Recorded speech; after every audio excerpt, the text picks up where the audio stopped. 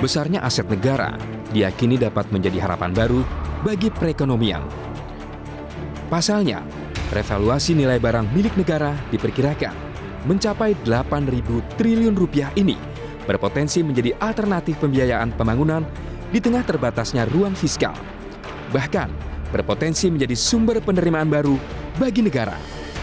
Dalam hal dia berlebih, aset ini dia juga kemudian bisa menjadi sumber penerimaan negara karena bisa disewakan, bisa dikerjasamakan, bisa digunakan untuk infrastruktur yang tentu memberikan penerimaan-penerimaan baru kepada negara. Nah, bahkan di dalam hal pembiayaan, kita juga bisa memanfaatkan aset kita sebagai underlying dari surat berharga syariah negara. Jadi dalam berbagai dimensi, baik dalam hal belanja, kalau kita bisa memanfaatkan secara optimal maka kita melakukan penghematan. Kalau kita mempunyai aset berlebih, kita carikan cara supaya memberikan penghasilan kepada negara. Kita bisa menggunakannya sebagai underlying aset untuk surat berharga syariah negara. Namun pemanfaatan aset negara berupa barang milik negara atau BMN rupanya belum optimal. Bahkan banyak BMN yang tidak terpakai alias menganggur. Nilai BMN yang menganggur ini pun terus meningkat hingga 2 kali lipat sejak tahun 2013 dan justru menjadi beban bagi negara. Menyangkut masalah hukum ya, harus diakui bahwa misalnya kalau kita mempunyai tanah sekarang sifatnya atau sertifikat hak pakai, alas dasar kepemilikannya ya. Nah, kemudian apakah kalau kemudian di atasnya dibangun suatu apartemen, ya apartemennya kemudian disewakan mungkin masih bisa. Tapi kalau kemudian diperjualbelikan sebagai dengan hak strata title, apakah itu boleh atau tidak? Ini masih memerlukan satu pendalaman dan juga penguatan dasar hukum untuk hal-hal yang seperti ini. Besarnya potensi aset negara harus didayagunakan melalui manajemen aset yang baik, sehingga kekayaan negara ini dapat memainkan peran yang produktif bagi pembangunan dan tidak menjadi liabilitas bagi keuangan negara.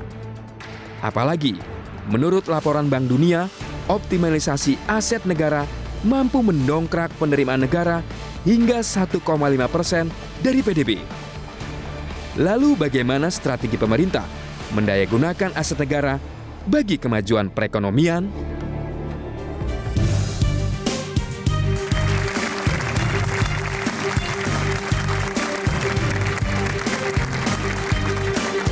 Dalam bukunya The Mystery of Capital, ahli ekonomi asal Peru, Hernando de Soto memang mempertanyakan bagaimana cara pengelolaan aset dari negara-negara maju dan negara berkembang.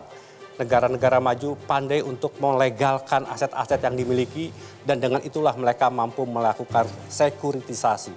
Sementara negara-negara berkembang kesulitan untuk melakukan legalisasi dan akibatnya aset-aset itu tidak bisa didayagunakan. Indonesia sejak zaman merdeka memang juga terlambat untuk melakukan pendataan aset-asetnya. Apalagi kita melakukan sekuritasi. Karena itu tahun 2016 dibentuklah Lembaga Manajemen Aset Negara. Dan sekarang kita perlu mempertanyakan sejauh mana kita mampu mendayagunakan aset negara. Bersama saya, Suryo Petomo, inilah Economy Challenges.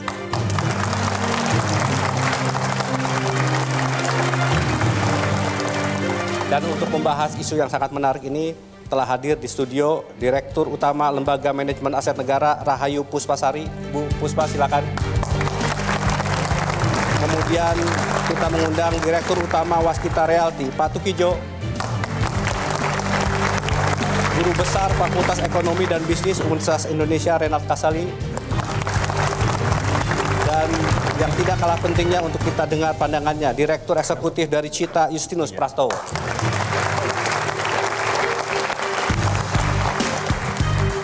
Terima kasih Bapak dan Ibu-Ibu, para hadirin sekalian. Sebelum kita mulai diskusi, saya ingin menunjukkan beberapa data yang saya kira menarik untuk kita ketahui.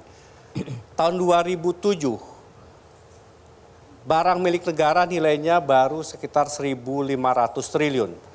Tahun 2018, setelah dilakukan pendataan aset-aset dan dilakukan valuasi, nilainya sekarang meningkat lebih dari 5.700 triliun atau tumbuh lebih dari 272% dalam 10 tahun terakhir.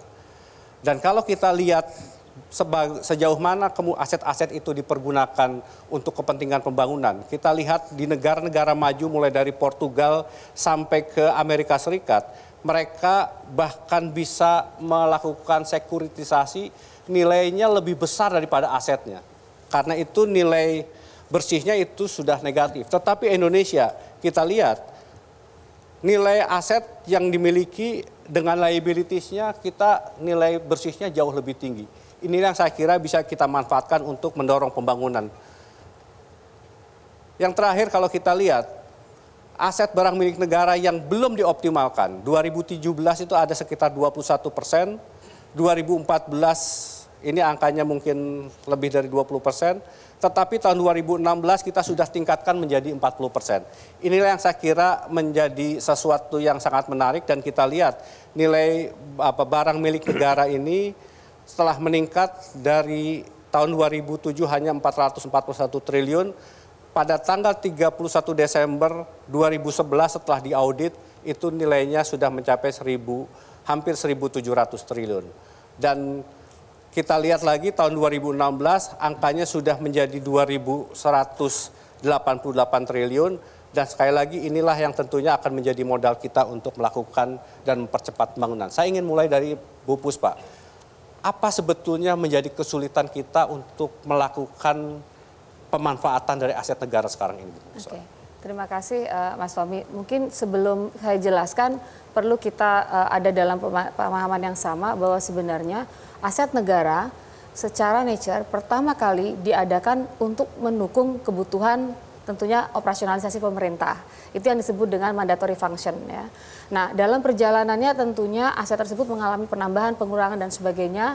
Begitu juga dengan peran bisa jadi aset itu sudah tidak lagi digunakan. Ada titik di mana nanti aset tersebut menjadi surplus. Tidak digunakan lagi atau menjadi underutilized sehingga akhirnya menjadi idle.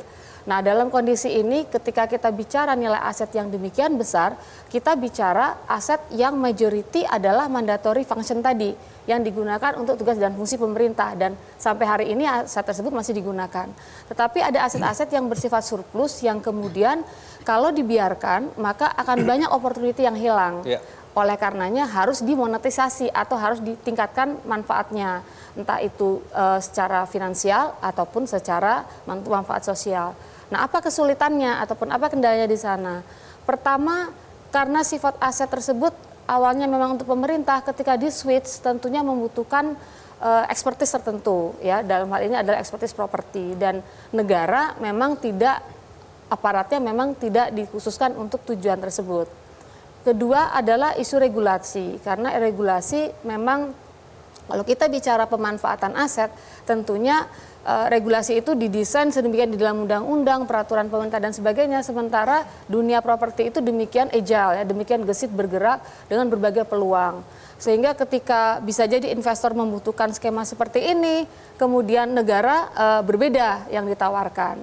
Nah, inilah yang kemudian membuat pengelolaan untuk memonetisasi aset tersebut menjadi tidak fleksibel. Apakah yang disebut aset negara itu hanya bentuknya tanah dan properti atau yang lain juga, Ibu? Nah, tadi kan ada angkanya ya, 2.100 something gitu. Itu adalah barang milik negara berupa tanah, bangunan, peralatan dan mesin, jalan irigasi dan jaringan, jadi segalanya. Tapi dalam konteks properti kita bicara hanya tanah dan bangunan yang dimiliki oleh negara baik dari pengadaannya dari APBN maupun dari perolehan lain yang sah karena akibat hukum menjadi milik negara. Baik, Pak Renat, walaupun terlambat kita melakukan pengelolaan aset negara ini, tetapi akhirnya kita membentuk juga lembaga manajemen aset negara ini. Apa yang sebetulnya bisa kita optimalkan dengan keberadaan ini? Apa yang harus dilakukan ke depan, Pak Renat? Jadi kalau kita melihat potensi yang lebih demikian besar, ini tidak bisa dikelola dengan cara seperti bisnis UMKM. Kita memerlukan sebuah organisasi dengan kekuatan besar bahkan berbasiskan teknologi.